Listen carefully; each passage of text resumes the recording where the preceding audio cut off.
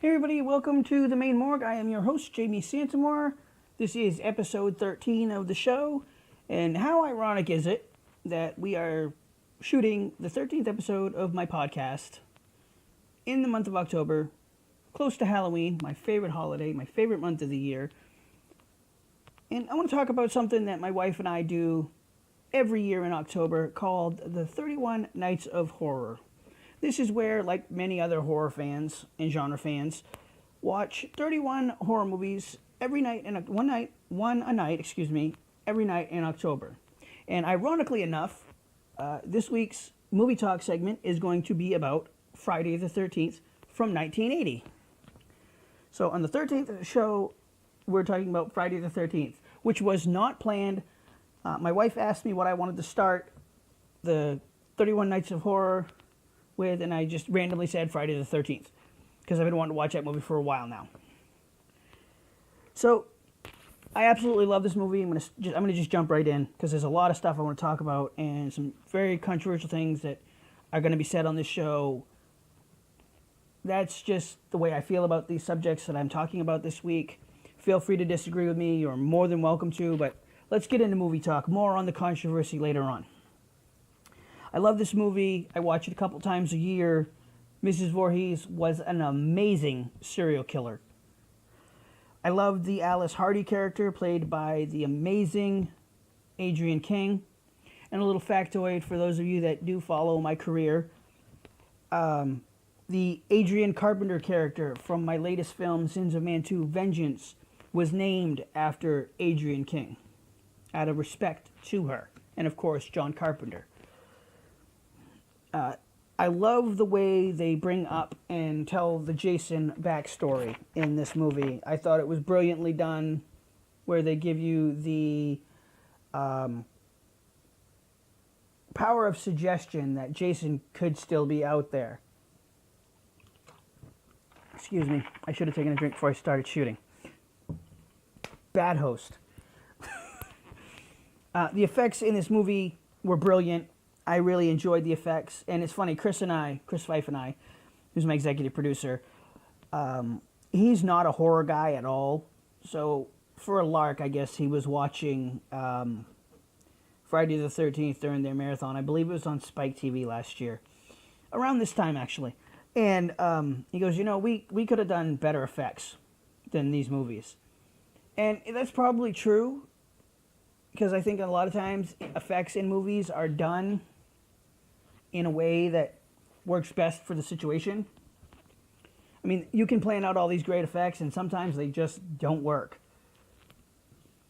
But anyways, this movie is a classic, in my opinion, right up there with John Carpenter's Halloween as one of the staples of slasher cinema.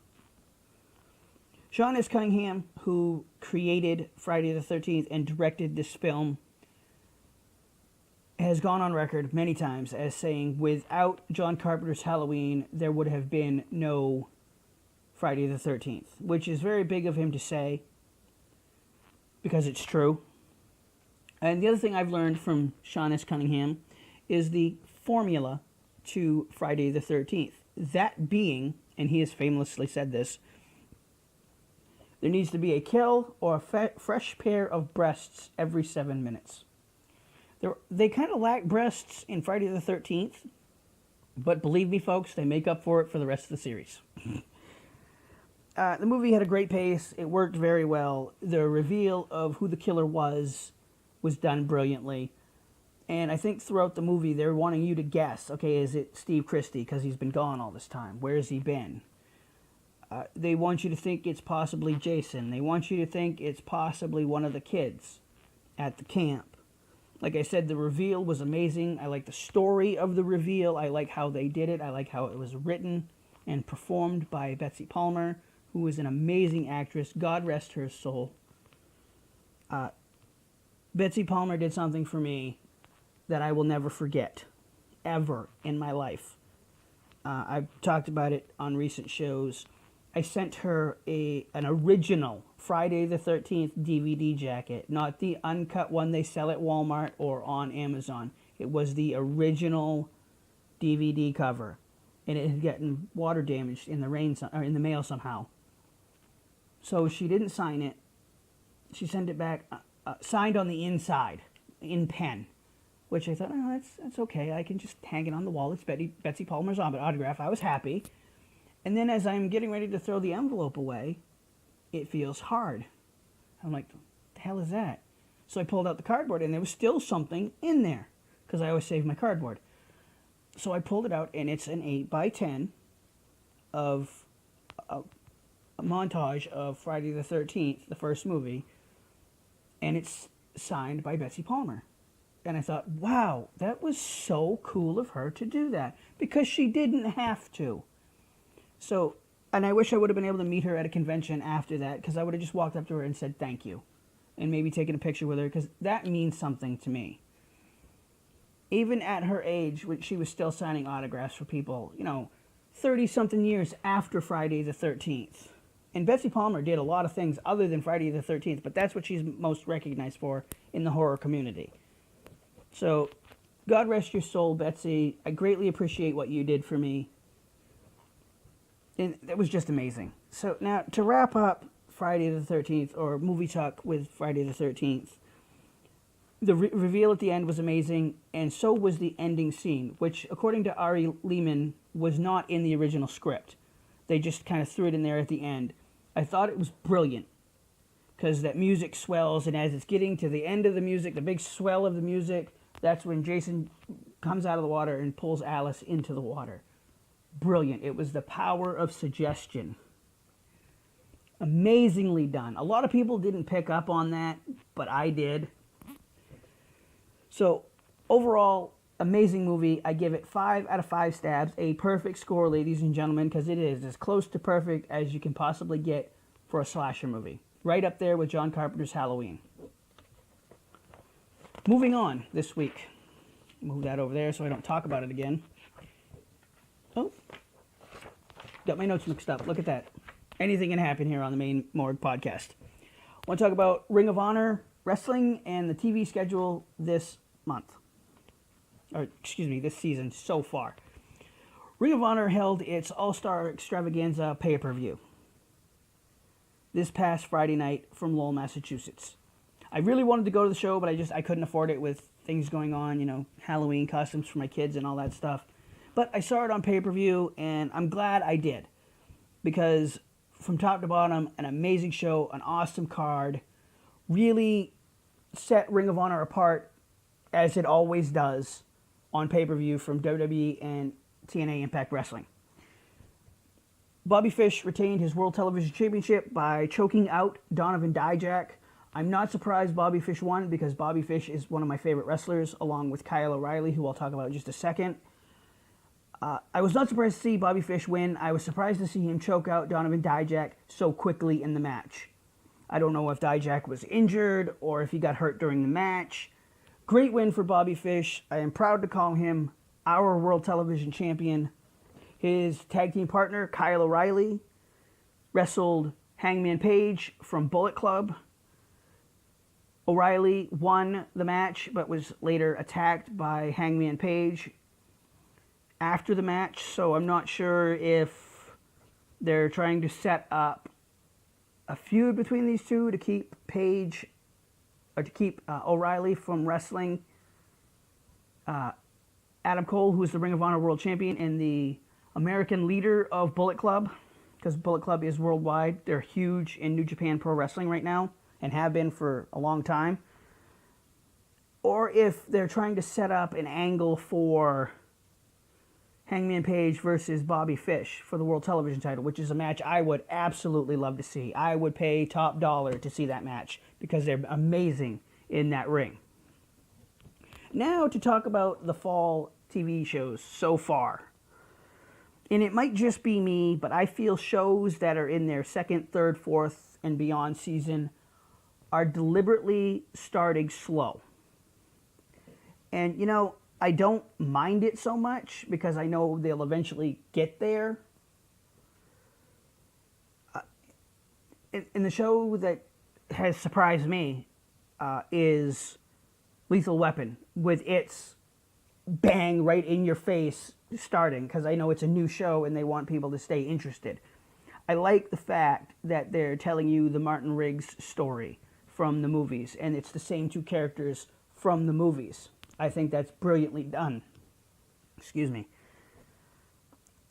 Scream Queens is another show that's in its second season that has started out slow. And I know they have to build the story and all that, but it's the Chanels doing what the Chanels do. And it's Dean Munch. She used to be a dean. I can't remember what she is now. I think she's a doctor or a nurse or some... She's owner of a hospital anyways. That's the premise. It just seems like it's starting off slower than it should. Along with Lucifer. And Lucifer is one of my favorite shows. But their problem is, or my problem with them, I should say, is that they have a twisting, intertwining, tangling story. And I think a lot of the storytelling gets lost in that. For me, anyways. And I enjoy the show every week. I just watched it on DVR last night. Amazing show. But I wish they would just kind of pick things up quicker. A show that is notorious for slow starts and slow build is Marvel's Agents of S.H.I.E.L.D., which I was really excited about when they said Ghost Rider was going to be on this season's show, which I thought was great. I love the Ghost Rider character. Another controversial statement here. I actually loved the movies starring Nicolas Cage.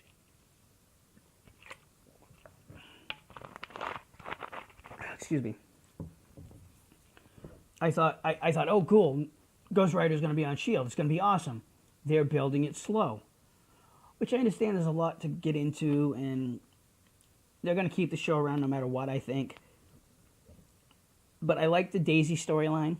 I like the Ghost Rider storyline. I like that she's kind of trying to help him now, whereas she was trying to figure out who the hell he was before, and I think she's still trying to figure out who he is. So, I mean, that should be good. Gotham got off to a good start. Twisting storylines as always. That show has a good mix of story, tangled story, and moving the plot forward. On this week's episode, the former mayor is now going to... He tried to rename himself mayor. And Oswald Cobblepot, commonly known as the Penguin, or Penguin, is going to run opposite him. This is an interesting storyline to me, although it's very much what they did in Arrow last season, which is another thing I'm looking forward to. And I believe that comes back next week, or maybe this week. I don't know, I have to check the DVR. Brooklyn Nine-Nine is a funny show. I love Andy Samberg. I think he is hilarious. Funny as always. Kind of an intertwining storyline with Raymond Holt and Jake Peralta being in Florida, now having to bring the 9-9 from New York to Florida on this case that they're not even supposed to be working on. So I'm hoping that the TV shows kind of straighten themselves out over time, and I hope they will, and I think they will. But, you know, here's to hoping. All right, next up, here is the controversial segment of the show, ladies and gentlemen. I am about to talk about the potential sale of TNA Impact Wrestling, my thoughts on it, and how, to me, it is very bad for the professional wrestling business.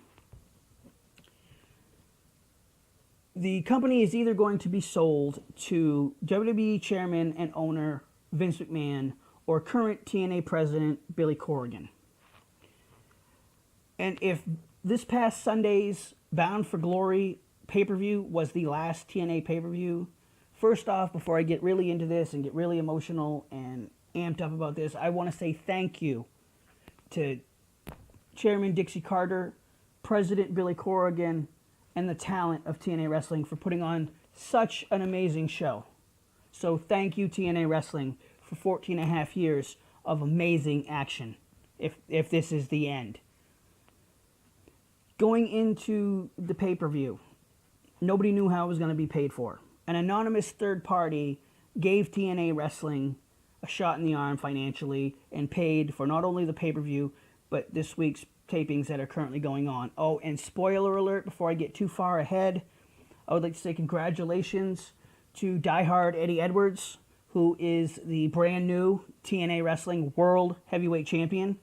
He's an ROH boy wearing his ROH t-shirt today to honor him. So congratulations, Eddie Edwards. I believe that is going to air on next week's show. Not this coming week, but the following week, if they're going by the taping schedule. So that's amazing news. And my thought is this. Why would you bother to have the TV tapings if you're just going to shut down? It doesn't make sense to me. Unless you're trying to buy time with your TV show to get a deal done. Either to WWE or Billy Corgan. Because, I mean, let's be honest here, okay? I said on Facebook and Twitter that it would be a shame for Vince McMahon to buy TNA Wrestling. Because all Vince McMahon and World Wrestling Entertainment want TNA Wrestling for is the video library. So they can sell more DVDs, so they can put all that shit on the WWE Network and make money off it. Okay, that's what they want. They don't want the talent. They don't care about the office staff. They're going to cherry pick the talent they want, and everybody else is out of work. Same thing when they bought WCW in 2001. They took what they wanted and shut it down. So for those of you out there, and before I get into that, I was told on Facebook and Twitter that I am a quote-unquote TNA fanboy. And this is where I'm going to get a little heated, ladies and gentlemen. I am not a TNA fanboy. Yes, I have seen every goddamn show since day fucking one. That does not make me a fanboy. That makes me a fan of professional wrestling. Yeah, I'm a fanboy. I'm not a TNA fanboy. I'm a professional wrestling fanboy. I watched WWE. Back in the day, I watched WCW. I watched ECW. I watched USWA. I watched Smoky Mountain Wrestling. Those are the ones you could get on satellite. That my friend had a satellite. I'd go to his house and watch them. I'm a student of the game. So call me a fanboy if you want to. That's fine. That's your problem, not mine. For those of you WWE fanboys who are going to come out here and say, oh no, Vince loves competition. Really? Are you that much of a dumbass that you can't see that he doesn't want competition? That's why he needs to buy TNA Wrestling, just like he bought WCW, just like he bought ECW. He's buying TNA because if Billy Corgan, and this is just my opinion, if Billy Corgan gets 100% control of TNA Wrestling, he can change the business. Not just TNA Wrestling's business, the wrestling business. Much like Paul Heyman did, much like WCW did when they started challenging WWE back in the day. What, they beat him, 84, 85 fucking consecutive weeks in the Monday Night Wars? Vince McMahon doesn't want competition because if he doesn't have competition, he can keep doing the same shit over and over and over again, and fans will watch it because they have no choice. They have no alternative. But if Billy Corgan gets a hold of TNA Wrestling, he will change the wrestling business. He will change the culture in TNA Wrestling. He will change the scope of wrestling. He will do what Jeff Jarrett and Global Force Wrestling have failed to do since they launched. We haven't heard shit about Global Force Wrestling since they did their angle with TNA Wrestling. Correct? All right. Billy Corgan has a great mind for the business. And that's what scares Vince McMahon and those in the inner circle in WWE. Because Billy Corgan will take TNA Wrestling, and he proved it this week at the tapings, by making Eddie Edwards the World Heavyweight Champion. He will think outside the box. He will take TNA back to the promised land with the use of the X Division, with the use of tag team wrestling.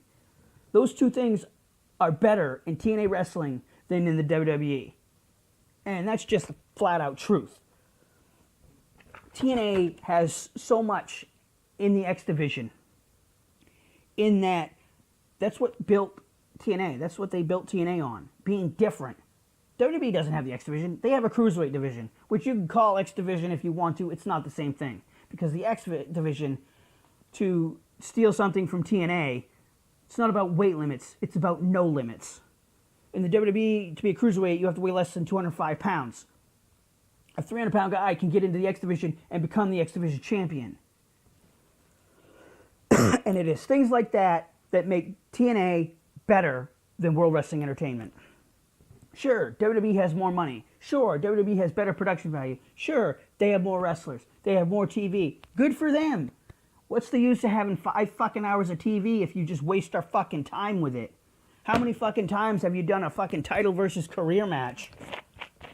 Fucking coming up at No Mercy Sunday. It's been fucking done. Come up with something new. Fresh and exciting. See, I'm getting agitated. Now, earlier I talked about Ring of Honor. And here's the controversial statement. And you can take this one to the bank. I'll never back down from it.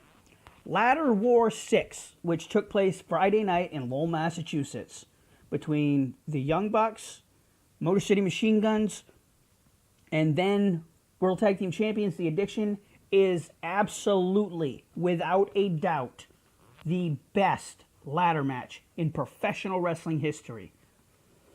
I will go as far as to say this. Razor versus Shawn Michaels at WrestleMania 10 is right here. Ladder War is right there, right above them. And I always thought nothing would top that match because it was the first.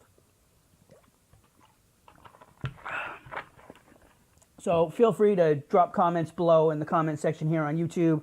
Hit me up with an email to argue with me. I will not respond to you unless you make a valid point. themainmorgue@gmail.com. That's all I have to say about the sale of TNA Wrestling, because I'm getting really agitated and I don't really feel like I need to defend my position. Now I want to talk about fans. Horror fans, wrestling fans, sports fans, fans in general. You guys are amazing. And I'm talking to my fans directly. My fans are completely amazing people. You've taken a guy like me and made me feel like I'm something special. And that is a feeling that it's very hard to describe. I love you guys for your supportive emails, your comments, your questions on Facebook and Twitter. It's funny to me to be in this position as a filmmaker and as a fan first, because I've always said that. I will always be a fan first and a filmmaker second. And, people think that that's just me talking, but I truly believe that. I'm a fan of slashers, I'm a fan of horror, but I'm also a filmmaker now, so I look at things differently than most fans. And anybody that's never tried to make a movie really can't tell you how hard it is. I can tell you how hard it is to make a no-budget, low-budget slasher movie. It is very fucking difficult. And I often say that if I can do it, anybody can do it. Anybody can do it, but you've got to have the right people around you. You've got to have the right resources, which I thankfully do. I want to talk about fans who argue on social media. Because I'm 38 years old now, and maybe it's my age, but I don't see the point of typing on a keyboard because somebody said something you didn't like about Friday the 13th, or Halloween, or Nightmare on Elm Street, or the Dallas Cowboys, or the New York Giants, or whatever. There's a difference between having a passionate conversation and a foolish argument. Now, back in the day, I would have a foolish argument because I was young, stupid, and quite frankly, uneducated. But now that I'm 38 years old and I've been through all the things that I've been through in my life, I don't go to war with trolls. I don't go to war with haters because there's really no fucking point in it at all. I'm not saying don't be passionate about what you love, because that would be hypocritical. I'm very passionate about pro wrestling. I mean, my segment on the sale of TNA Wrestling proves that. I'm passionate about filmmaking. I'm passionate about putting out quality films for you guys to enjoy. But I'm not going to sit here and argue with people day in and day out on Twitter or Facebook or emails. I get tons of emails every day. Some are very nice, others are very mean, and I don't respond to the mean ones anymore. I used to because I thought it was right, but I'm not going to waste my time. So be passionate, love what you love, support what you love, but don't go out of your way to try to insult somebody just because they don't share your opinion. That's the great thing about opinions. Everyone can have one, and none are wrong. All right, moving on. I'm going to wrap up this week's show with a short film update. I'm going to separate this because it's pretty long. I went from the outline stage to writing this week, and in the beginning it was very hard for me to write because I've been told that you try to hook your audience within the first 30 seconds to a minute of film.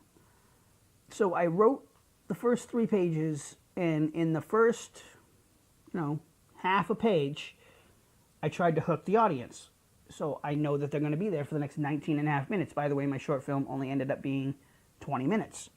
So probably 23 or 25 minutes with beginning and end credits. So I won't be getting nominated for an Oscar, apparently. Unless there's a short film category, which I don't know about. Yay! Can you imagine an idiot like me winning an Oscar? I'd go up there and be like, fuck you! No, I wouldn't do that. I really wouldn't. I might, though, if I won a Razzie. Which would be cool. I would love to win a Razzie. I mean, somebody watched my movie. Anyways, I'm going off on a tangent now. That's what happens. So I went into the writing stage, and I wrote that little hook in the first half a page, and then I just kept continuing the story the way I planned out. And it took me 2 days to write this short film. And it hits on all the points I want it to, when I want them to be hit on, and it wraps up the way I wanted it to. I wanted it to be around 35 to 40 minutes, but it's short, because I don't want to put filler stuff in. Because you don't do that in a short film. You're supposed to tell your story in the shortest amount of time possible. So 20 minutes is what it ended up being.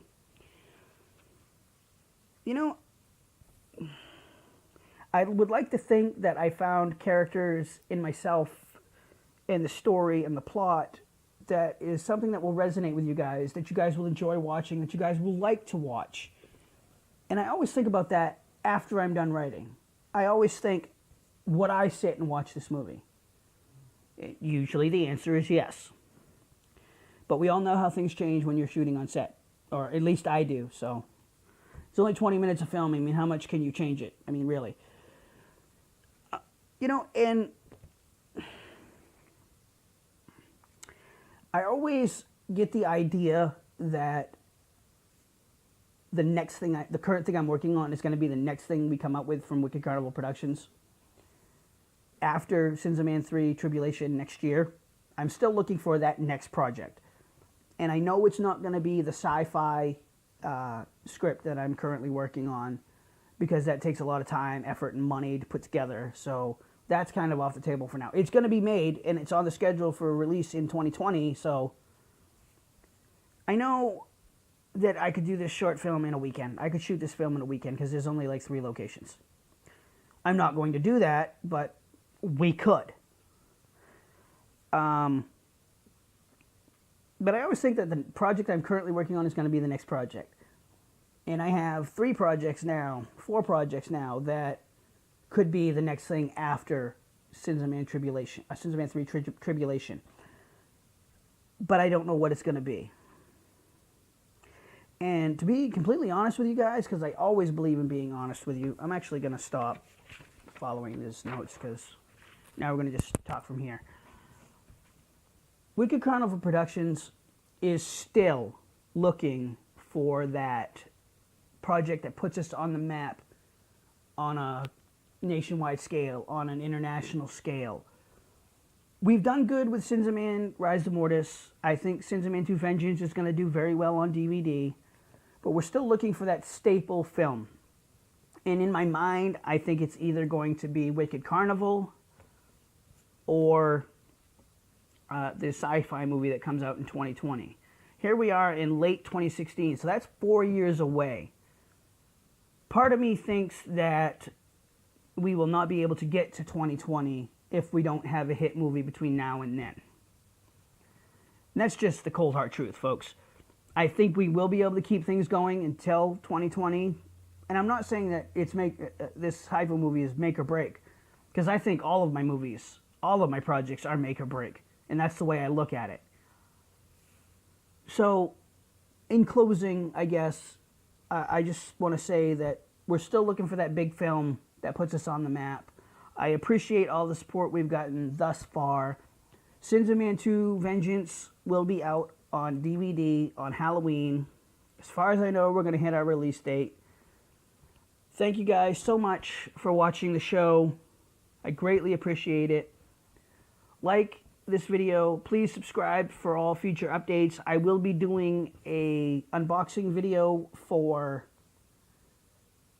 horrorpack.com once a month when I get the package in the mail. I will also be doing 2 unboxings or unbaggings of t-shirts that I'm getting in the mail shortly.